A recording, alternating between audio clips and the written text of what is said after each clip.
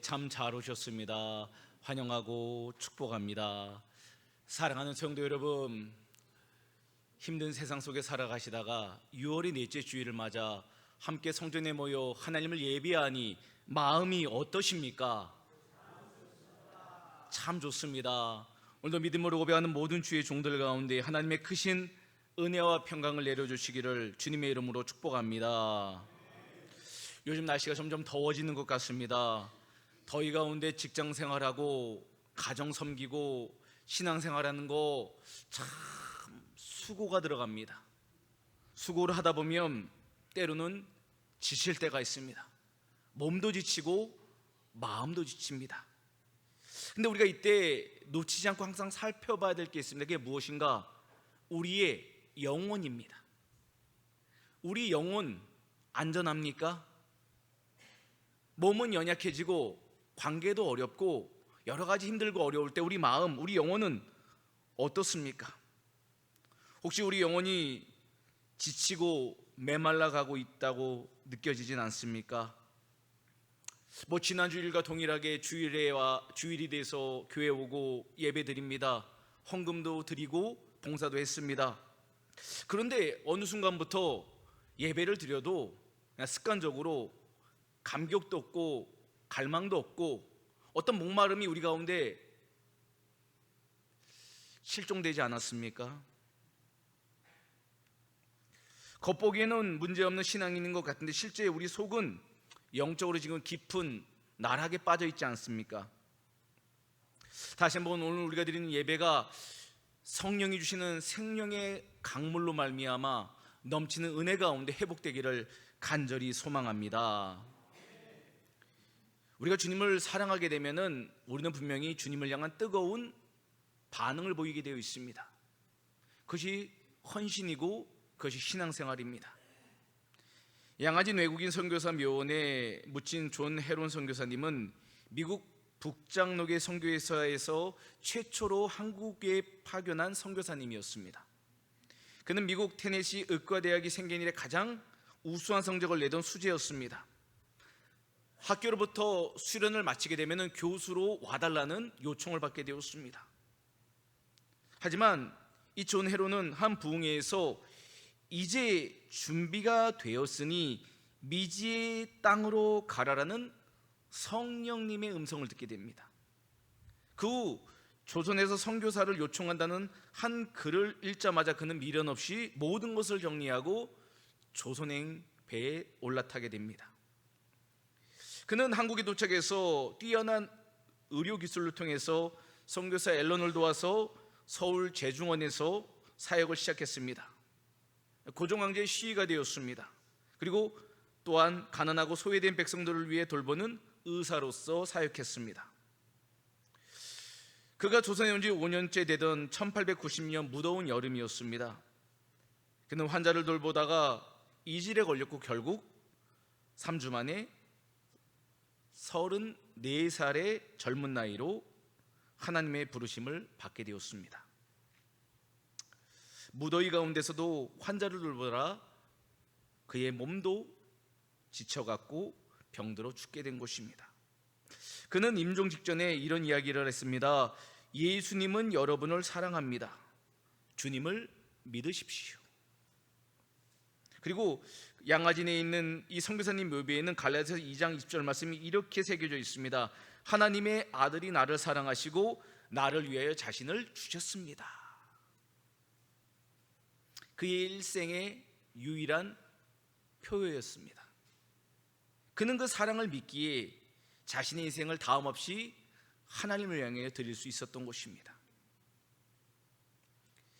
그렇습니다. 주님을 만난 그 구원의 감격, 그 처음 사랑이 신앙의 에너지입니다. 신앙의 동력인 것입니다. 그리고 그 힘을 얻고 살아가는 것이 바로 신앙생활입니다. 오늘 본문의 말씀에 에베소 교회를 향해서 하나님은 그들의 잘함도 칭찬하셨지만 그들이 지금 잘못하고 있는 신앙생활도 책망하고 계십니다. 그리고 그 음성을 듣고 이제는 돌이키는 교회가 되기를 주님은 원하셨습니다. 오늘 주님은 우리에게 동일하게 묻고 계십니다. 너희는 지금도 나를 처음처럼 사랑하고 있니? 묻고 계십니다. 오늘 본문의 말씀을 갖고 주님이 기뻐하시는 신앙생활은 어떤 모습인가 함께 살펴보고자 합니다. 먼저 우리가 2절 3절을 한 절씩 교독하겠습니다. 내가 내 행위와 수고와 내 인내를 알고 또 악한 자들을 용납하지 아니한 것과 자칭 사도라 내 아닌 자들을 시험하여 그의 거짓된 것을 내가 드러낸 것과 또 내가 참고 내 이름을 위하여 견디고 게으르지 아니한 것을 아노라. 아멘. 우리 신앙생활 리빙딩 세 번째 시간인데 우리 본문의 말씀을 통해서 알게 되는 건 뭔가, 우리 신앙생활 새롭게 일어나려면 우리가 어디로부터 떨어졌는지를 생각해야 됩니다. 왜 우리 신앙생활이 왜 이렇게 침체가 되었는가? 우리 영혼의 영적 상태는 어떤가 진단해야 합니다. 신앙생활 리빌딩의 첫 걸음은 바로 우리 자신의 영적 상태를 정직하게 진단해서 시작됩니다. 본문에 등장하는 에베소 교회는요, 어떤 교회였습니까? 타락한 대도시 에베소에 위치했던 이 교회는 사도 바울의 눈물 어린 개척으로 세워진 교회입니다. 바울이 두란노선에 2년 동안 말씀을 가르치며 놀라운 성령의 역사가 드러났던 재단이 바로 에베소 교회였습니다. 에베소 교회 사역자들은 어떤 분들입니까? 사도 바울, 디모데, 사도 요한과 같은 당대의 영적 지도자들이 에베소 교회를 이끌었습니다. 그러니까 사실 에베소 교회는 요즘으로 하면은 엄청난 교회인 거예요. 그냥 이런 평범한 교회가 아닙니다. 그래서 그들이 어떤 교회였는가를 2절과 3절을 정리해보면 이렇게 생각할 수 있습니다. 행위와 수고가 있던 교회입니다. 에베소 교회는 게으르지 않았습니다. 뜨겁게 헌신했습니다. 두 번째는 인내가 있던 교회입니다. 박해와 고난 속에서도 흔들리지 않고 참고 버텼습니다. 세 번째는 진리를 분별하는 능력이 있었습니다. 악한 자들을 용납하지 않았고 니골라당의 행위를 미워했으며 거짓 사도들을 철저히 분별하여 교회의 순결을 지켜냈습니다. 특히 6절에 보면은 주님은 그들이 니골라당의 행위를 미워한 것을 칭찬하고 계십니다. 니골라당이라는 건 당시 예수님 믿고 구원받았으니 육신으로는 어떤 죄를 지어도 영혼의 구원에는 아무 상관이 없다고 주장했던 도덕 폐기론자들이었습니다. 윤리적인 거는 이제는 우리 마음대로 살아도 아무 문제가 없다라고 이야기하던 자들이었어요.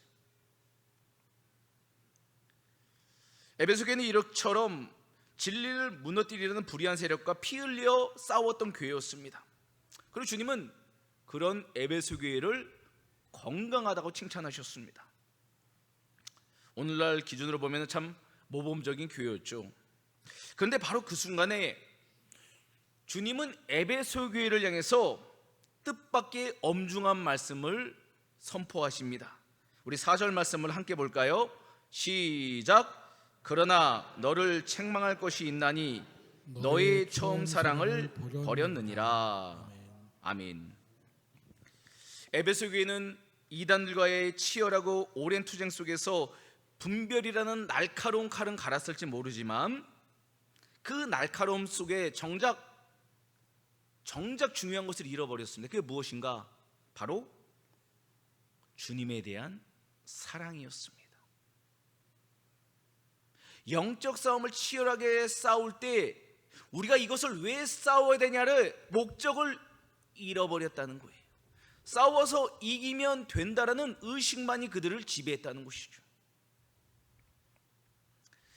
우리가 박물관에 가다 보면은 박물관에는 여러 가지가 있지만 박제된 여러 가지 동물들이 있습니다.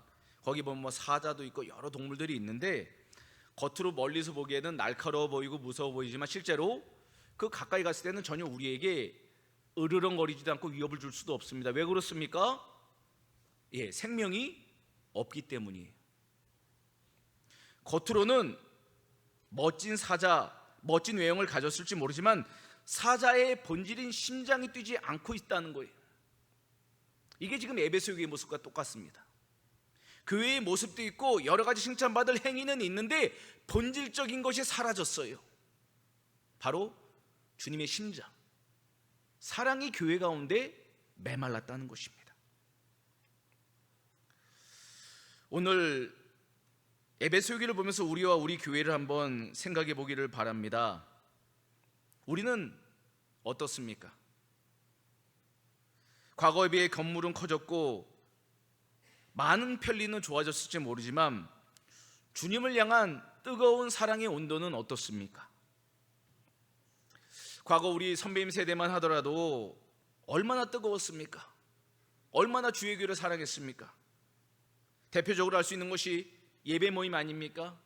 새벽 기도 나오시고 출근할 때 잠깐 들려 또 기도하시고 점심 먹고 또 가까운 교회 가서 기도하시고 퇴근할 때 기도하시고 저녁에 가정 모든 살림 마치고 와서 기도하시고 하루에 5번씩 기도했던 게 우리 믿음의 선배님들의 한국교회 유산이잖아요. 요즘은 어떻습니까? 주일에도 조금만 아프고 피곤하면 그냥 온라인 예배 드리면 되지. 저희 교회도 지금 온라인 예배 송출되고 있습니다. 그러니까 온라인 예배가 발생해서 좋은 것 같은데 실제적으로는 그 도구가 우리의 신앙을 연약하게 할 수도 있다는 생각도 들어옵니다. 왜 그렇게 됩니까? 예배의 우선순위를 두지 않는 이유가 우리 자신이 되었기 때문이에요. 예배는 하나님께 드리는 시간인데 어느 순간 우리 자신을 위한 예배를 드리고 있어요. 우리 만족, 우리 위로, 우리 기쁨, 우리 소망. 하나님은 우리를 만족시키는 도구로 주종관계가 바뀌어버린 것이죠. 그래서 우리는 그런 예배를 드리지 않거나 빠져도 때로는 너무나 태연하게 생각할지도 모릅니다. 오늘 우리의 예배가 봉사가 겉보기에는 완벽한 박제된 신앙일 수 있다는 겁니다. 겉보기에는 좋아 보이는데 실제적으로는 심장이 뛰지 않은 주님의 마음이 없습니다. 껍데기는 화려한데 주님을 향한 사랑이 식어버린 것, 주님은 그 모습을 보시며 어떻게 말씀하실까요? 4절 말씀 우리 다시 한번 볼까요? 4절 말씀 다시 한번 읽겠습니다. 시작. 그러나 너를 책망할 것이 있나니 너의 처음 사랑을 버렸느니라. 아멘. 아멘. 사랑하는 여러분, 보기 좋은 신앙생활을 이제는 내려놓아야 됩니다. 정말 중요한 거는 우리 영적인 심장이 뛰어야 됩니다. 주님이 바라보시는 것은 괜찮은 척하는 신앙의 모습이 아니라 정말 주님이 주시는 새 생명의 은혜로 말미암아 기쁨과 감격으로 예배드리는 모습이에요.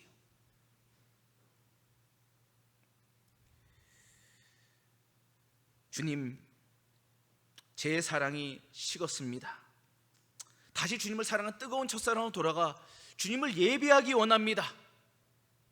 그렇게 우리 자신을 주님의 거룩한 말씀 앞에서 발견하고 다시 그 첫사랑의 자리로 돌아가는 우리들이 되기를 주님의 이름으로 축복합니다. 두 번째는 신앙생활 레벨링 두 번째의 원리는 회개해야 합니다. 회개함으로 첫사랑으로 돌아가야 한다는 것입니다. 영적 진단이 끝났다면 이제 방향을 잡아야 합니다. 예수님은 에베소 교회를 향해서 진단해 주셨습니다. 첫사랑이 식었다. 그러면서 그들에게 어떻게 말씀하십니까? 더 많은 사역에 힘써라, 헌신해라 말씀하셨습니까? 그렇게 말씀하지 않으셨습니다. 오직 하나, 처음 사랑을 회복해라. 사역 많이 하고 봉사 많이 하고 헌금 많이 드려라 말씀하지 않으셨어요. 신앙의 본질은 프로그램이 아닙니다. 종교활동이 아닙니다. 주님과의 인격적인 만남입니다. 예를 들어 어떤 남편이 열심히 일을 합니다. 사업을 했습니다. 밤낮 수고를 했어요. 그리고 아내에게 월급을 갖다 줍니다. 그렇게 처음에는 그 월급으로 행복했어요. 그 이유는 그 가정에 사랑이 근간이 됐기 때문입니다. 근데 시간이 계속 가요. 10년, 20년. 남편은 계속 일하느라고 눈코 뜰 수 없습니다. 어느 날 아내가 남편을 보려면 이렇게 물어봅니다. 여보, 나 사랑해요? 이때 남편이 멋쩍은 듯이 등 따시고 배부르니까 이제 별소리를 다 하네? 이런 이야기를 합니다. 이런 이야기가 계속 반복이 돼요. 사람은 힘들어 죽겠구만, 집에서 편하니까 별 생각을 다 해, 이런 이야기로 아내를 핀잔 줍니다. 자, 이런 부부의 모습이 깊어지면 깊어질수록 그 모습을 사랑한다라고 우리가 이야기할 수 있을까요? 그 남편은 왜 도대체 돈을 버는 겁니까? 왜 우리는 열심히 일찍 일어나서 왜 수고의 땀을 흘리는 겁니까? 사랑하기 위한 거 아닙니까? 사랑을 지키기 위한 거 아닙니까? 근데 어느 순간 목적이 사라지고 수단만이 이 가정에 남아버렸어요. 이 남편의 모습이 혹시 우리의 모습이 아닌가를 생각해 보게 됩니다. 우리는 주님을 위해 헌금도 드리고 봉사도 하고 교회를 섬기기 위해서 열심히 사역도 감당합니다. 그리고 우리 마음에 이렇게 생각할지 몰라요. 주님, 저는 할 만큼 했잖아요. 그런데 주님이 우리에게 원하시는 것은 어떤 봉사나 대단한 사역이 아니라 우리의 마음이라는 거예요. 우리 마음. 너 나 사랑하니? 묻고 계신데, 아, 주님 지금 봉사하기 바쁘잖아요. 주님 오늘 헌금 드렸잖아요. 주님 매주 출석하잖아요. 우리가 이렇게 이야기하고 있다는 거예요. 지금 주님, 우리 마음이 어떤가 묻고 계신데, 주님, 제가 메말랐어요. 제가 주님의 음성이 안 들려요. 이렇게 대답해야 되는데 그거와 관련없이 계속 우리만 계속 동문서답하고 있는 거예요. 왜요? 우리 마음이 주님으로부터 멀어지고 있기 때문이에요. 주님의 음성이 들리고 있지 않아요. 그러니까 자꾸 동문서답하는 거죠. 우리가 대화를 하다 보면요, 특별히 이게 귀가 안 좋으신 분들 있잖아요. 귀가 안 좋으신 분들의 특징이 뭐죠? 자꾸 동문서답해요. 물었는데 답변은 엉뚱한 게 날아와요. 왜요? 그분들이 우리를 무시해서가 아니에요. 안 들려서 그래요. 잘 안 들려서. 그러니까 질문을 못 들은 거예요. 영적인 난청이 오면 안 됩니다. 영적 이석증이 오면 안 돼요. 주님이 말씀하시는데 자꾸 엉뚱한 거 대답하고 있지 않습니까? 주님이 원하는 건 우리 마음이 어떤가 묻고 계시다는 거예요. 그래서 주님은 우리의 신앙이 왜 무너졌는가를, 어디서 떨어졌는가를 찾아보고 생각하고 회개하라고 말씀하십니다. 여기서 회개는 단순히 눈물을 흘리며 잘못을 고백하는 것이 아닙니다. 이것을 넘어서는 의미가 있어요. 우리 마음의 방향을 이제 주님께로 돌이키는 것입니다. 그리고 그 돌이킴은 십자가입니다. 십자가로 돌아가야 돼요. 예수님의 십자가 사건을 한번 생각해 보십시오. 예수님은 십자가 위에서 당신의 능력을 사용하지 않으셨습니다. 그저 두 팔을 십자가에 못 박힌 채 피 흘리시며 온 인류를 위한 구원을 이루셨어요. 자, 주님이 두 팔을 벌리셔서 자기를 부인하는 제자들, 옆에 있는 두 명의 강도들, 많은 사람들을 긍휼히 여기셨어요. 이 두 팔의 피 흘림이 꼭 우리를 안아주심의 사랑 같지 않습니까? 그분은 능력으로 우리를 구원하신 게 아니라 피 흘려 죽으시는 사랑으로 온 인류를 구원하셨다는 거예요. 그 사랑으로 우리의 심장이 뛰기를 원하신다는 거예요. 우리도 그 주님의 사랑으로 힘입어 구원받았다면 이제 그 못 박히는 그 십자가의 사랑으로 주의 교회를, 주의 성도를, 가정과 이웃을 품기를 원하신다는 것입니다. 주님은 지금도 내가 너를 이렇게 사랑하니 다시 내 품으로 돌아오라고 말씀하십니다. 그 품 안에서 우리의 허물과 죄를 용서해 준다 약속하셨습니다. 그리고 이제는 그 사랑으로 다시 우리의 마음이 뛰기를 원하신다는 것입니다. 우리가 받게 된 구원은 위대한 능력으로 이루어진 것이 아닙니다. 예수님의 한없는 사랑으로 얻게 된 은총입니다. 처음 예수님을 만나 구원받았을 때를 한번 생각해 보십시오. 그때 얼마나 우리 가슴이 뛰지 않았습니까? 말씀 읽는 것만으로, 설교 듣는 것만으로, 골방에서 잠깐 기도하는 것만으로도 너무 기뻤잖아요. 그 기쁨이 하루를 채웠고 한 주를 채웠고 1년을 승리하게 했습니다. 주일 예배 시간이 기다려지지 않았습니까? 나 같은 죄인 살리신 이 찬양만 불러도 우리 눈물이 쭉쭉 떨어지지 않았습니까? 그런데 어느 순간 신앙이 익숙해진 습관이 되어 보니 모든 것이 나태해지고 게으러지지 않았습니까? 예배도 무감각해지고 기도도 덤덤해지고 감정과 감격이 없는 예배를 드리는 게 너무 익숙해지지 않았습니까? 왜 그렇습니까? 혹시 우리가 첫사랑을 잃어버린 것 아닙니까? 그래서 주님은 우리를 향해서 이렇게 말씀하십니다. 다시 얘들아, 첫사랑으로 돌아가야 된다. 십자가로 돌아가야 된다. 내가 너를 위해서 죽은 십자가의 은혜를 붙들라라고 말씀하고 계십니다. 그것이 신앙생활 리빌딩의 시작이기 때문입니다. 신앙생활 리빌딩은 더 좋은 프로그램, 예배 형식이 아닙니다. 교회 시스템을 바꾸는 게 아닙니다. 하나님과 나 사이에 깨어진 사랑의 관계를 다시 회복하는 게 신앙생활 리빌딩입니다. 건물이 무너지면은 기초를 다시 세워야 하듯이 우리 신앙이라는 신앙인들에게 있어서 사랑의 기초가 무너지면 어떡합니까? 우린 다시 주님께로 돌아가야 합니다. 그게 시작입니다. 아무리 좋은 차도요, 엔진이 멈춰버리면 단 1m도 달릴 수 없습니다. 신앙생활, 주님의 심장이 멈춰버리면 아무리 외관은 신앙생활인 척 해도 신앙생활 아닙니다. 주님은 그렇게 우리를 바라보고 계십니다. 다시 한번 주님께서 원하시는 처음 사랑을 회복하는 회개 자리로 십자가로 돌아가는 우리들이 되기를 주님의 이름으로 축복합니다. 우리 5절 말씀을 우리 다 같이 보겠습니다. 5절 말씀입니다. 전체 보겠습니다. 시작.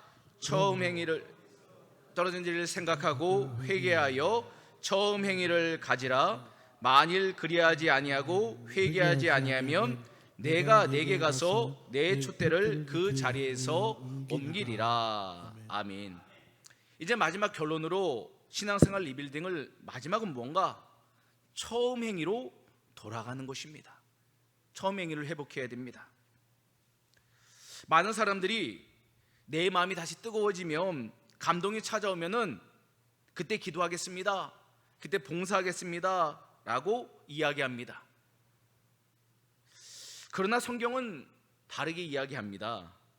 마음이 뜨거워지기를 기다리지 말고 먼저 처음 행위로 돌아가라라고 말씀합니다. 무슨 말입니까?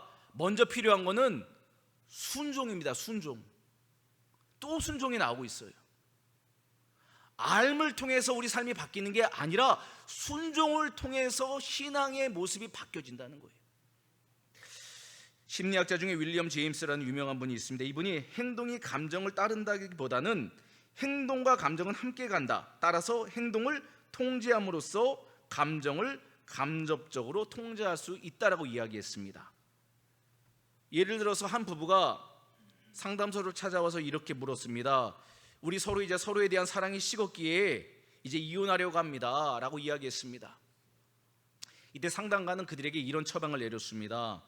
돌아가셔서 젊은 시절 연애할 때 아내를 위해 문을 열어주던 행동, 남편에게 따뜻한 커피를 타주던 행동, 손을 잡고 걷던 행동을 감정이 전혀 없더라도 딱 한 달만 연기하듯 실천해 보십시오라는 처방전을 내렸습니다.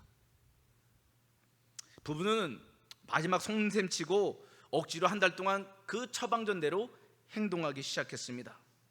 그런데 놀랍게도 한 달 뒤에 감정 없는 억지 행동을 따라 식었던 사랑이 다시 감정에 물이 붙기 시작했다는 것입니다. 제가 이 심리학의 상담 원리를 이야기하는 게 뭔가 믿음의 원리는 이거보다 더하다는 거예요. 지금 주님은 우리를 향해서 어떻게 말씀합니까? 다시 순종하라고 먼저 말씀하고 있다는 거예요. 우리의 감정, 이성, 뜻이 아니라 하나님 말씀 선포되면 그냥 따라오라는 것이, 이게 먼저 선행되어야 된다는 겁니다. 그러면 어떤 일이 일어나는가? 우리가 잃어버렸던 주님을 향한 그 사랑, 그 마음, 그 순결함을 다시 회복하게 된다는 거예요. 이 말을 좀 더 우리가 구체적으로 실천하면 이렇습니다. 지금 우리의 심령이 메말라 감정이 덤덤할지라도 다시 말씀을 펼쳐 읽으라는 거예요. 이거는 순종이 필요한 거예요. 은혜 받으면 말씀 읽겠습니다, 은혜 받으면 봉사하겠습니다가 아니라 먼저 말씀을 펼쳐 읽으라는 겁니다. 기도회 안 열립니까? 그래도 기도에 무릎 꿇으라는 거예요.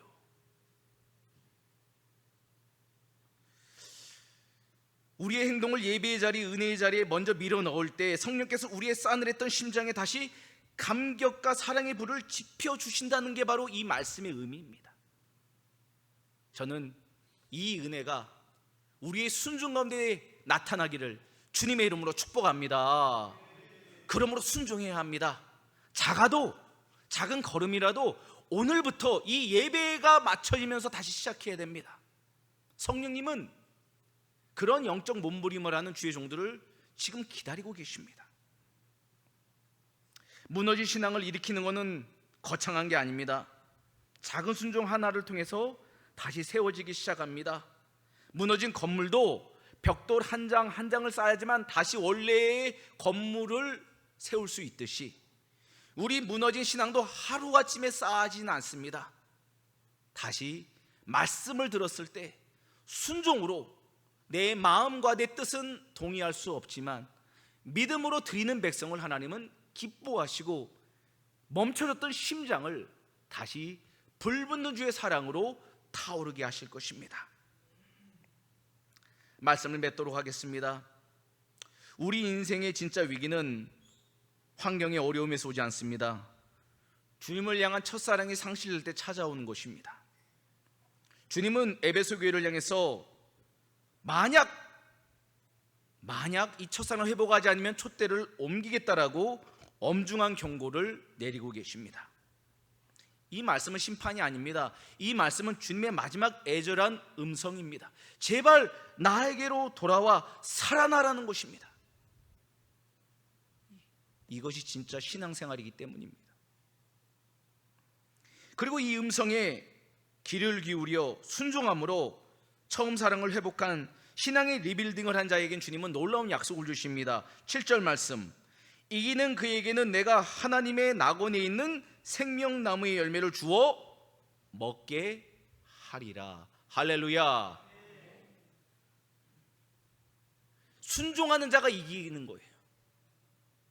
겉으로 이기는 신앙이 아니에요. 순종하는 이기는 백성, 말씀에 따르는 백성이 하나님께서 하나님 나라의 생명의 열매를 먹게 하시듯 약속하고 계십니다. 신앙생활은 바로 이 누림으로 나아가는 것입니다. 사랑하는 여러분, 첫사랑이 회복되면 신앙의 무거운 짐은 이제 더 이상 무거워지지가 않습니다. 의무가 아니기 때문입니다. 우리를 뛰게 하기 때문입니다. 춤추게 하기 때문입니다. 예배를 가슴 벅차게 드리게 하기 때문입니다. 그래서 우린 다시 우리의 심장인 첫사랑을 다시 회복해야 됩니다. 오늘 말씀으로 다시 말씀을 맺고자 합니다. 생각하라, 회개하라, 처음 행위를 가지라.